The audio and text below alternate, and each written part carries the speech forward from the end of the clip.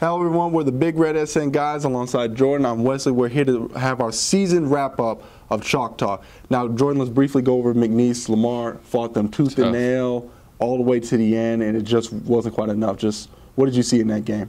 Well, I've seen a whole lot, Wesley. For starters, on the initial play of the game, or drive rather, we got a 3-and-out. I was all pumped up. I'm sure the rest of the Cardinal fans and supporters were as well. I'm sure. We go down, we muff a punt.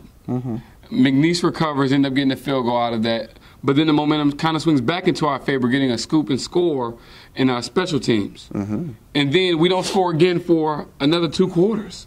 And it was just that up and down where McNeese ended up getting the better of us at the end of the game. They had 3 rushers that ran for over 100 yards apiece. The quarterback only threw for 36. But the rushing attack once again put us in our coffins, and it resulted in a loss. Also, like, not to discredit McNeese in any way, that defense was as advertised. It seemed that anytime, you know, Cade would try to hit his money play, like the sweep around the edge and turn upfield, it seemed that McNeese was disciplined. They game planned well, and they were sitting there right where the hole he was going to hit. They were just sitting there waiting for him, just limiting him to a yard here, 2 yards there. Yeah, he got 70 yards overall, and that's probably what McNeese wasn't hoping for. But McNeese's defense was as advertised. It was really legit. And it's just like they could, when Lamar tried to score and make it a game again, it was just a little bit too late, like you said. It was definitely a little bit too late. And that defense was very solid. They're the top rushing defense, one of the top, you know, only allowing 80 yards a game. So for a guy like Cade, who normally is in near the 200 ranges, to be held to under 100, that's a tremendous drop-off in the numbers for the Cardinals.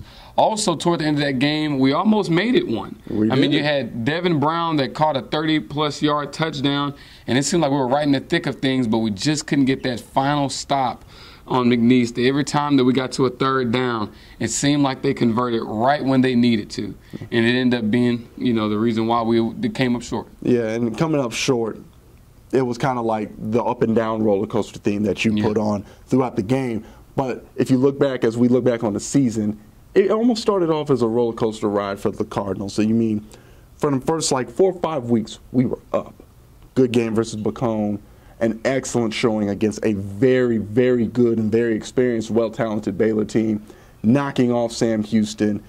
And then, you know, it just kind of, Southeastern wasn't as bad, as hard as a loss, but we bounced right back versus ACU, and then that's when the bumps in the road hit with Northwestern and, you know, coming back home, losing to UCA. Just what were your overall thoughts of this season for the Cardinals? Well, high expectations, bad result. And I'm going to cut it short and be frank about it. I think this was a team coming in that everyone was somewhat down on coming off of last season, which wasn't a good year by Lamar's expectations, being a 500 program for the first time since the program came back. So there were that expectation that, hey, this team could be talented. You know, we could finish at least 1 game, maybe even 2 games if we're, you know, really talented this year above 500. As you mentioned, Beaumont, Baylor, Sam Houston, and we were all thinking, hey, this is a very talented team that could fight for a conference championship.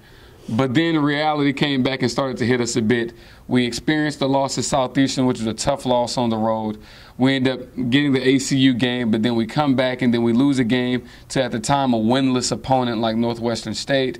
I mean, you look throughout the rest of the season, we take a loss at Nichols at home, well, against Nichols at home. And then the rest of the season, you know, kind of just went downhill from there, honestly. Yeah, and not to just dwell on the bad that didn't go our way.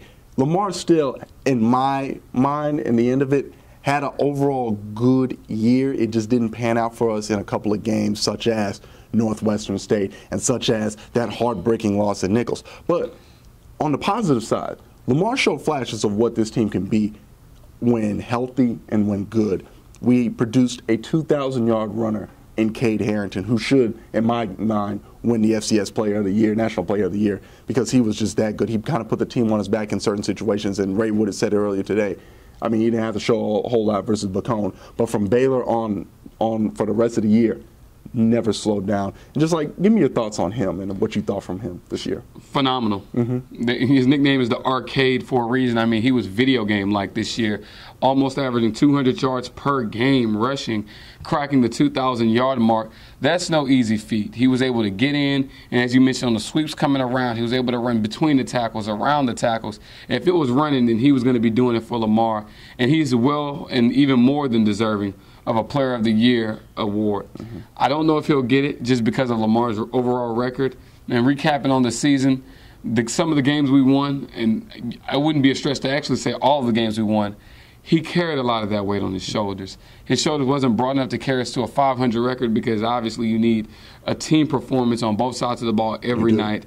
And as I look back over this year, I would just classify this year as a disappointment. We're at the point right now at our 7th year. We're still a fairly young program, but a lot of the mistakes that we made defensively, schematic-wise, we know better, or at least we should know better. And I think that this team is a team that has a lot of promise. You had pieces that came to play some nights, and then other nights not so much. And I think moving on, you have guys like Reggie Beckleton, Devin Brown. You have your receivers that are leaving. But then in other positions, you have guys that are coming back off injury. Manessa Miles is one of those guys. He wasn't very good. And he got injured the Baylor game. Yep. And you have a slew of guys defensively with a lot of youth, i.e. Rodney Randall's coming back. We have Brendan Langley's coming back. So you get a mixed bag of emotions right here. You got guys leaving on one end, but you also have guys coming back. So it'll be key to see how Lamar does in recruiting this year. And it'll be very important. Do you go and get out a lot of junior college guys that are experienced, that know the ropes? Or do you take a chance on a kid coming out of high school that shows a lot of promise, a freshman that's very athletic at different skill positions? Who knows, but it's on Ray Woodard to decide what's next. And these are the questions and answers that he is going to have to figure out in a short amount of time. I mean, we're going into December.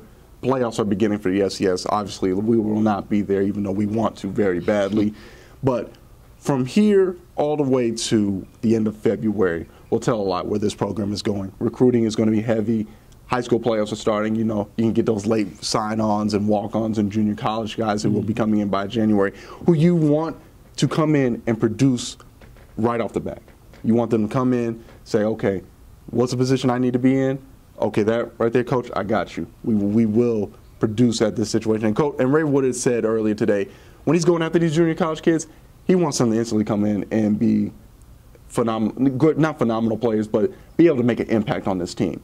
If you're going to come in, you need to be able to produce right off the rip. And that's not asking for a lot from a junior college kid or somebody who's coming down from a bigger D1 school.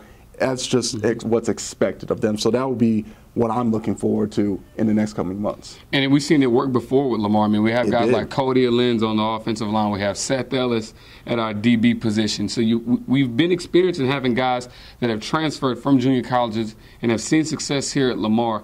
It's just a matter of putting all of the pieces together. This year, we weren't able to do that. We had a lot of talent across the board on our roster. I think anyone who would look at our team would agree. It's just when it came down to making all the pieces fit on game day, it didn't turn out as much as we thought that it would have. But moving forward into next year, we have a lot to be excited about. Cade Harrington's returning.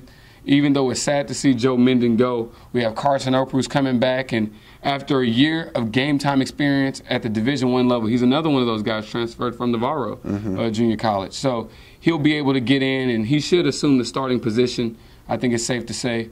And offensively, we lose a couple of guys on our line, but we also should be able to gain some. Obviously, he's going to have to fill a role. And we should be pretty decent overall. Next year, we should get anywhere between the 500 mark and maybe a couple games above if the guys can finally put it together. But we'll see. I mean, we even have answers defensive coordinator-wise. Does Coach Croner go back to linebackers, or does he stay as a defensive coordinator? Once again, Ray Woodard's going to have to decide that, and we'll be awaiting that decision. Yeah, it's a lot of years. And then, just to wrap up here, Jordan, I mean, it was another successful season with Chalk Talk. There's no one else I'd rather work it on with you. And we thank all you Cardinal fans for tuning in to us every single game of this year. Me and Jordan were happy to bring it to you, and we look forward to seeing you next year.